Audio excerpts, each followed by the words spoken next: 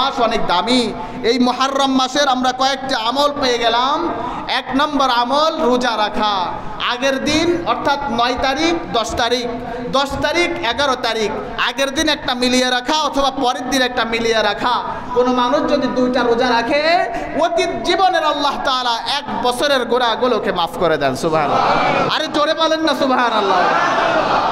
2 নম্বর আমল আমরা পাইলাম, কোনো মানুষ যদি এই মুহররমের 10 তারিখ অর্থাৎ আশুরার দিন তার ঘরের মধ্যে ভালো ভালো খাবারের ব্যবস্থা করে, তার পরিবারের মধ্যে খরচের হাতকে প্রসারিত করে, সারা বছর বেশি বেশি খরচ করার ব্যবস্থা আল্লাহ রাব্বুল আলামিন তাকে তৌফিক দিয়ে দেন।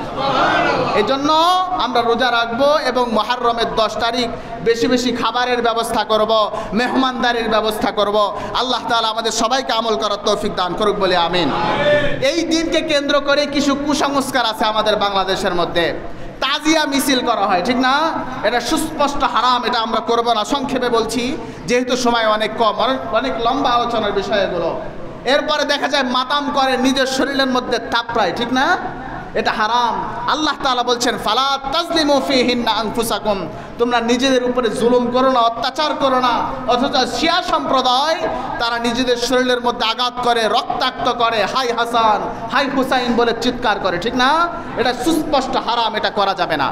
এরপরে গ্রাম অঞ্চলের মধ্যে দেখা যায় ছোট্ট ছোট্ট ছেলে মেয়েদেরকে দিয়ে চাঁদা উঠানো হয়, ঠিক না? চাঁদা উঠাইয়া সিন্নি পাকায় মানুষদের দাওয়াত করে খাওয়ায়। এটা করা যাবে না, এটা হারাম, এটা নিষিদ্ধ, এটা বেদাত। এরপরে আরেকটি কাজ করা হয়, ঢোল তবলা বাজানো হয়, মিছিল করা হয়। যাই হোক, সবে এই মুহররমের 10 তারিখকে কেন্দ্র করে হাদিস থেকে আমরা 2টা আমল পাইলাম সহিহ হাদিস থেকে, রোজা রাখা আর ভালো কাজ অর্থাৎ ভালো খাবারের ব্যবস্থা করা। এই 2টা আমল পাওয়া যায়। অন্য যত কিছু আমরা সমাজের মধ্যে দেখি, মিছিল করা, ঢোল বাজানো, পায়ে হাতে এরকমভাবে চাঁদা উঠানো, এগুলো সব কিছুই কুসংস্কার, এগুলো আমরা করব না ইনশাআল্লাহ। মুহতারাম হাজিরিন, আপনাদেরকে আমি ছোট্ট একটি আমলের কথা বলবো। প্রতি সপ্তাহে আমি একটা করে আমলের কথা বলি।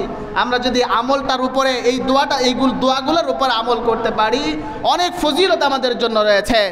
হাদিস শরীফের মধ্যে এসেছে, কোনো মানুষ যদি এই দোয়াটার উপরে 5 ওয়াক্ত নামাজের আগে যেই ওযু করা হয়, এই ওযু করবার পর করে মানুষ যদি এই দোয়াটা পড়ে নেয়, কিয়ামতের ময়দানে আল্লাহ রাব্বুল আলামিন তার জন্য জান্নাতের 8টি দরজাকে উন্মুক্ত করে দেন। সুবহানাল্লাহ।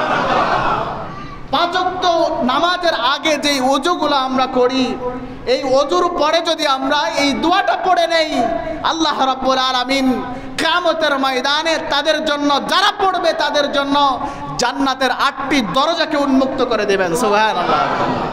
ওই বান্দার ইচ্ছা, যেই দরজা দেয় ইচ্ছা, সে ওই দরজা দিয়ে আল্লাহ জান্নাতের মেহমান বলে যাবে। দোয়াটি হচ্ছে, রাসূল সাল্লাল্লাহু আলাইহি ওয়াসাল্লাম বলেন, তোমরা যখন নামাজের জন্য ওযু করবে, ওযুর পরে পড়বে আশহাদু আল্লা ইলাহা ইল্লাল্লাহু ওয়া আশহাদু আন্না মুহাম্মাদান আবদুহু ওয়া রাসূলুহু। আমরা 5 ওয়াক্ত নামাজের পরে যখন ওযু করব, ওযুর পরে এই কালিমায়ে শাহাদাতটা পড়ব।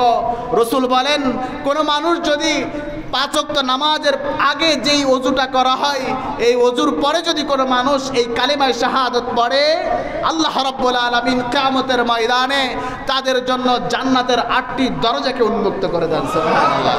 পড়বেন তো ইনশাআল্লাহ? আল্লাহ তাআলা আমল করার তৌফিক দান করুক বলে আমিন। আরেকজন ভাই প্রশ্ন করেছেন, হুজুর, পরিবারের জন্য এত খরচ করি কিন্তু মা বাবার কাছে মন পাই না, বউয়ের জন্য এত খরচ করি কিন্তু বউর কাছে মন পাই না, পরিবারের সদস্যরা শুধু নাশুকরিয়া করে, একটু সলিউশন দেন না। এই প্রশ্নটা অধিকাংশ মানুষের, ঠিক কিনা? মুহতারাম হাজিরিন, এই পৃথিবীর মানুষ আপনার আপন নয়, পৃথিবীর কেউ আপনার আপন নয়। আমার ভাইয়েরা, আল্লাহর কসম করে বলি, আপনার মা বাবা আপনার আপন মনে করেছেন, অসম্ভব। আপনার মা বাবা আপনার আপন হতে পারে না। পৃথিবীর মানুষ মানুষের অবস্থানকে মূল্যায়ন করে, মানুষকে মূল্যায়ন করে না, ঠিক কিনা? আপনার অবস্থান ভালো আছে, আপনার বন্ধু বান্ধবের অভাব থাকবে না। মানুষ মানুষকে ভালোবাসে না, মানুষ মানুষের অবস্থানকে ভালোবাসে, ঠিক কিনা? মা বাবা ছোট্ট ছেলে মেয়েকে মানুষ করে, বড় করে, তাদের স্বার্থ আছে, ছেলেটা বড় হয়ে আমাকে দেখাশোনা করবে, ঠিক না? তাহলে বোঝা গেল মা বাবার স্বার্থ, ছোট্ট ছেলেকে বড় করা, বড় হয়ে তাকে খাবার দাবার দিবে, দেখাশোনা করবে।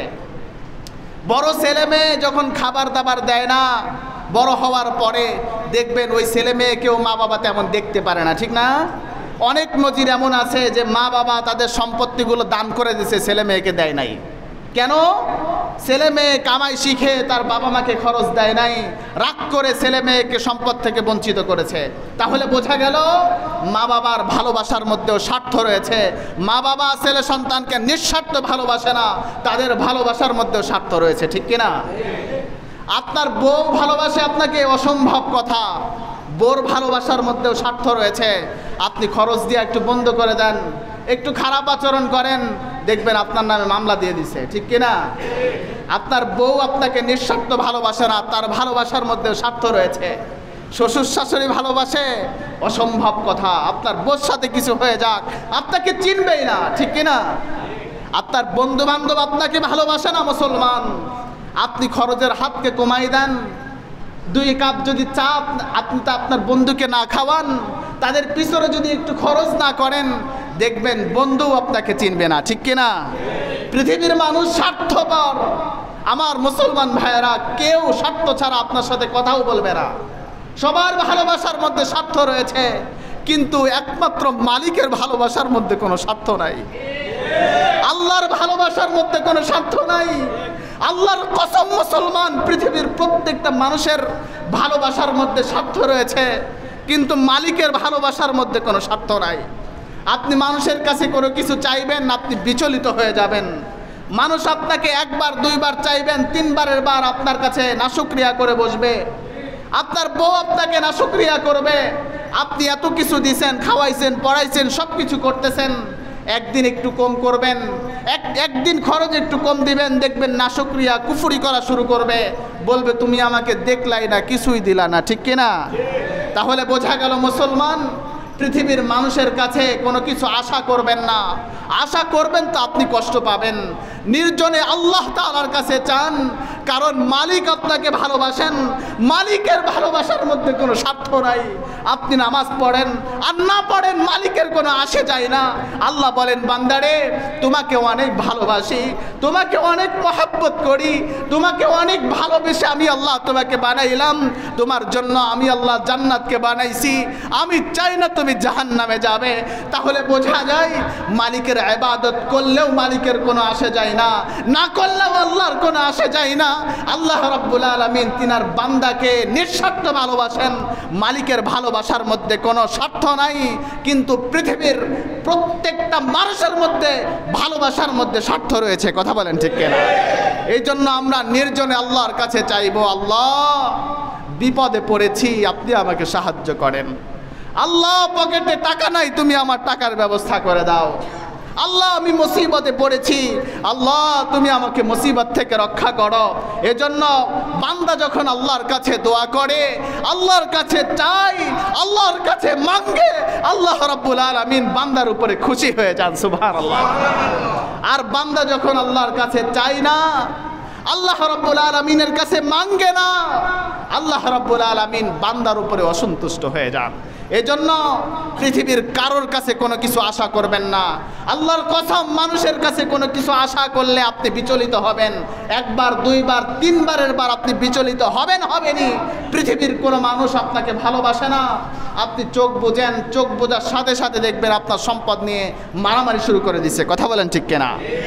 এজন্য মানুষের কাছে বেশি আশা করবেন না, মালিকের কাছে বেশি আশা করুন। আল্লাহকে ভালোবাসুন, তার কারণ আল্লাহ তাআলা আপনাকে ভালোবাসেন। আপনি 40 বছর বয়স পর্যন্ত নামাজ পড়েন নাই, রোজা রাখেন নাই, ইবাদত করেন নাই, আল্লাহ আপনাকে ধ্বংস করে দেন নাই। আল্লাহ তাআলা নিজের রহমতে, নিজের কুদরতে আপনাকে নামাজি বানাইছেন, আপনাকে ঈমানদার বানাইছেন। কিন্তু আগের জীবনে আপনি যে নাফরমানি করেছেন, আল্লাহ চাইলে আপনাকে ধ্বংস করে দিতে পারতেন, কিন্তু মালিক আপনাকে ধ্বংস করেন নাই। তার কারণ মালিক আপনাকে ভালোবাসেন। কথা বলেন ঠিক কিনা? এজন্য সমাজের মানুষের কাছে কিছু আশা করবেন না, পরিবারের মানুষের কাছেও কিছু আশা করবেন না। আশা করব তো একমাত্র আল্লাহর কাছে আশা করব। কার কাছে? আল্লাহ তাআলা আমাদের সবাইকে সঠিক বিষয়গুলোর উপর আমল করার তৌফিক দান করুক বলে আমিন। যারা সুন্নত পড়েন